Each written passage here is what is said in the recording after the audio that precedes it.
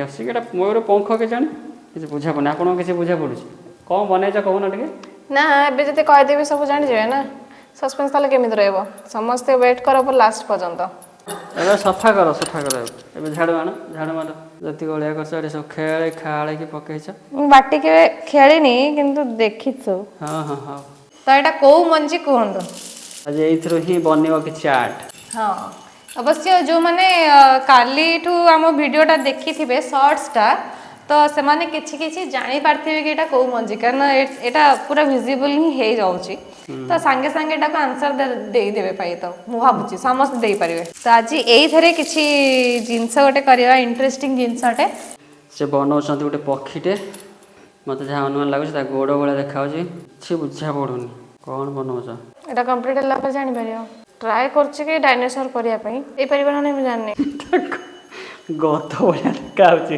ଗଧ ପେଟରେ ସେ ଯେଉଁ ଗଧ ଯେଉଁ ବହେନି ସେ ଯେଉଁ ନେଇକି ନା ଏବେ କଟିଗଲା।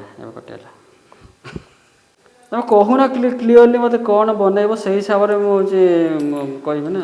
ମୁଁ ଡାଇନୋସର ବନଉଛି, ଦେଖାଯାଉନି? ତମେ ମୋତେ କହିକି ଆଇଲ ଗୋଟେ ପକ୍ଷୀଟେ ବନେଇବ ବୋଲି। ନା ତାପରେ ସିଡ଼ିରେ ଆସିଲା ଭିତରେ ମୁଁ ଚେଞ୍ଜ କରିଲି ମୋ ମାଇଣ୍ଡ, କି ପକ୍ଷୀ ହେଲେ ଏମିତିରେ ପରଫର କରିବାକୁ ପଡ଼ିବ, ସେଟା ହବ ନା ନାହିଁ ମୁଁ ଜାଣିନି। ଡାଇନୋସର କଲେ କ'ଣ ତାର ଗୋଟେ ଷ୍ଟ୍ରକ୍ଚରଟେ ଏମିତି କରିକି କରିଦେଲେ ହେଇଯିବ। କିନ୍ତୁ ଡାଇନୋସର ଭଳିଆ ଦେଖାଯାଉନି, ତାକୁ କେତେବେଳେ ଗଧ ଲାଗୁଛି, କେତେବେଳେ ମୟୂର ଲାଗୁଛି। ତମେ କହୁଛ ଡାଇନୋସର। ଏଇଟା ଗୋଧି ଲାଗୁଛି ଏବେ, ଏଇଟା ଗୋଧି। ଗୋଧି ଘା ହେଲା। ଇଣ୍ଟରେଷ୍ଟିଂ ପାର୍ଟ କି କ୍ୟାନଭାସରେ ହେଲେ ଗୋଟେ ଥରରେ ଗୋଟେ ଲାଇନରେ ପୁରା ଜଣା ପଡ଼ିଯାଏ ଯେ ଏଇଟା କ'ଣ ଅଛି। କିନ୍ତୁ ଏସବୁ ଜିନିଷ ଗୁଡ଼ାକରେ ଯେତେବେଳେ ଆମେ ନେଇକି କରୁଛନ୍ତି, ଏଇଟା ସବୁ ଅଲଗା ଅଲଗା ସବୁ ଜିନିଷ ଅଛି। କେତେବେଳେ ପକ୍ଷୀ, କେତେବେଳେ କେଉଁ ପଶୁ, କେତେବେଳେ ଅଲଗା ପ୍ରକାର ସବୁ ଜିନିଷ ହେଉଛି। ସେଇଥିପାଇଁ ମୋତେ ବୋକା ବନେଇ ଚାଲିଛ ଆଉ। ଫାଷ୍ଟ କହିଲ ମୟୂର ବନେଇବା ଚାଲ ଆଜି ଗୋଟେ, କାଲି ବନେଇଥିଲେ ବଢ଼ିଆ ହେଲା। ପୋର୍ଟ୍ରେଟ୍ ଗୋଟେ ବନେଇଥିଲେ, ଗେସ୍ କରିବାକୁ କହିଥିଲେ, ଆଉ ସେଥିରୁ ବହୁତ ଜଣ କହିଦେଲେ କି ହଁ ଆମେ କ'ଣ ବନେଇଛନ୍ତି ବୋଲି। ଆଜି ସେଇ ଟାଇପ୍ର ବନେଇବା। ତାପରେ ଆମେ କଥା ହେଲେ କି ମୟୂରଟେ ବନେଇବା। ତମେ ଏବେ କ'ଣ ମାଇଣ୍ଡ ଚେଞ୍ଜ କରି ଗୋଟେ ବନଉଛ କହିଲଣି ଡାଇନୋସର। ହେଇପାରୁନି ବୋଧେ, ଆସିକି ଟ୍ରାଏ ଟିକେ କର। ପ୍ଲାନ୍ଟା କହିଲେ ତ ମୋତେ ହେଉଛି। ମୁଁ ତ କହୁଛି ମୋତେ ଡାଇନୋସରଟା ଗୋଟେ ଏମିତି ଦୌଡ଼ୁଥିବ ଗୋଟେ ଦରକାର ଅଛି। ମୟୂର କଲା ଭଳିଆ ତମକୁ ଦେଖାଯାଉଛି। ୟା ପରେ ମୁଁ ଏଠି ଗଛ କରିବି ଏବେ, ତାର ପଟ ଗୋଡ଼ଟା ମୁଁ ଦେଖେଇ ପାରୁନି, ସେଥିପାଇଁ ତମକୁ ଲାଗୁଛି ଏଇଟା କ'ଣ ଗୋଟିଏ ଗୋଡ଼ ବାଲା ରହିଛି। ଯଦି ଏମିତି ହେଇଥାନ୍ତା, ଦେଖ ଏଇ ଭଳିଆ ଥାନ୍ତା ଗୋଟେ ଏମିତି।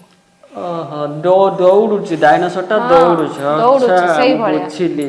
ତ ସେଥିପାଇଁକା ଏଇଟା ଦେଲେ ଭଲ ଦେଖାଯିବନି, ସେଥିପାଇଁକା ଏଇ ଗୋଟେ ଗୋଡ଼ ହିଁ ତାର ଏଇଟା ଅଛି ଏମିତି। ଏଇଟା ତାର ପାଦଟା। ଡାଇନୋସରଟା ଦୌଡ଼ି ଦୌଡ଼ି ଯାଉଛି। ଜମ୍ପିଂ ଏମିତି କରି କରି ଜମ୍ପ କରିକି ଯାଉଛି। ଠିକ୍ ବୁଝିଲି। ତାପରେ ଏଇଠି ଗୋଟେ ଗଛଟେ କରିବି। ଏବେ ଦେଖାହେଉଛି କି ସେଠି ଗୋଟେ ସେଟା ଯେଉଁ ଜୀବଟା ବସିଛି, ତା ଉପରେ ସେଇଟା ତମେ ଗଛ କଲ। ଡାଇନୋସରର ସେଇଟା କ'ଣ, ସେଇ ଯେଉଁଟା ବର୍ତ୍ତମାନ ସେଇଟା କଲ। ଏଇଟା ମୁଁ ଏବେ ପାହାଡ଼ କରୁଛି, ଓହୋ, ଜଙ୍ଗଲ କରୁଛି ନା। ଏଇଠି ସବୁ ଗଛ ଫଛ ଏଇଠି ଟିକେ ଟିକେ ହେଇଛି। ଏଇଠୁ ଏବେ ପାହାଡ଼ଟାକୁ ଏମିତି ନେଲା ପରେ ଏଇଟା ଜଏଣ୍ଟ ହବ, ଏଇଠି ସବୁ ଗଛ ସହିତ ଏଇଟା ଜଏଣ୍ଟ ହବ ପାହାଡ଼ ସହିତ। ଆଚ୍ଛା ଆଚ୍ଛା। ସିନେରୀଟା ପୁଣି ତ ଦେଖେଇବେ ନା, ସେମାନେ ଯୋଉଠି ବସବାସ କରୁଛନ୍ତି ଡାଇନୋସର ଗୁଡ଼ାକ। ଏଇଟା ଗଛ ମୂଳରେ ବସିଛି। ଓହୋ, ତ ମୁଁ ଖାଲି ପକ୍ଷୀ ହେଲା କହୁଛି ଏଇଟା ଡାଇନୋସରଟା ବୋଲି। ଓହୋ, ଡାଇନୋସର, ସରି, ହଉଛ। ଡାଇନୋସରଟା ଗଛ ମୂଳରେ ବସିଛି। ଏଇଠି ମୁଁ ଗଛର ତା ଯୋଉ ଡାଳଟା କରୁଛି। ଠିକ ଅଛି ନା ଲମ୍ବା? ପତ୍ର କିଛି କରିବିନି, ଖାଲି ଗଛ ଶୁଖିଲା। ମୋତେ ଲାଗୁଛି ଟିକେ କ'ଣ ମିନିଂଫୁଲ୍ ତମେ କରୁଛ, କିନ୍ତୁ ମୋତେ ଟିକେ ଠକୁଛ। କାହିଁକିନା ସେଠି ଗୋଟେ ପକ୍ଷୀଟେ ବସିଛି, ଇଏ ଉପରେ କ'ଣ ଏଇଟା କୁରାଢ଼ୀଟେ କ'ଣ ବୋଧେ ନା ପଡ଼ିଛି ନା କ'ଣ ଗୋଟେ ଅଲଗା ପ୍ରକାର ଅଜୀବ ଲାଗୁଛି ମୋତେ। ଷ୍ଟ୍ରକ୍ଚରଟା ଏଇଠି ତାର ଯୋଉ ପୁରା ମୂଳ ଗଣ୍ଡିଟା ଅଛି, ଏଇଠି ତାର ଏଇଠି ତାର ବ୍ରାଞ୍ଚେସ୍ ଗୁଡ଼ା ବାହାରିଛି। ମୋତେ ଇଲ୍ୟୁଜନ୍ ଟାଇପ୍ର ଲାଗୁଛି, କିମ୍ବା ଇଲ୍ୟୁଜନ୍ ଲାଗୁଛି, ବା ଯଦି ତମେ ଠିକ୍ କହୁଥିବ ହଁ ହେଇପାରେ। ଦେଖାଯାଉ କ'ଣ ହେଉଛି। ଏଇଠି ମୁଁ ପତ୍ର ଆହୁରି କରିମି ଏଇଠି। ହଁ ହେଇଠି। ଆଚ୍ଛା, ହଁ ଠିକ୍। ଏଇ ଦେଖ, ଏଇଠି ସବୁ ପତ୍ର ହେଲା, ପତ୍ରଟାକୁ ଟିକେ ଜୋରସେ ଏମିତି କରିବି ହେଲା।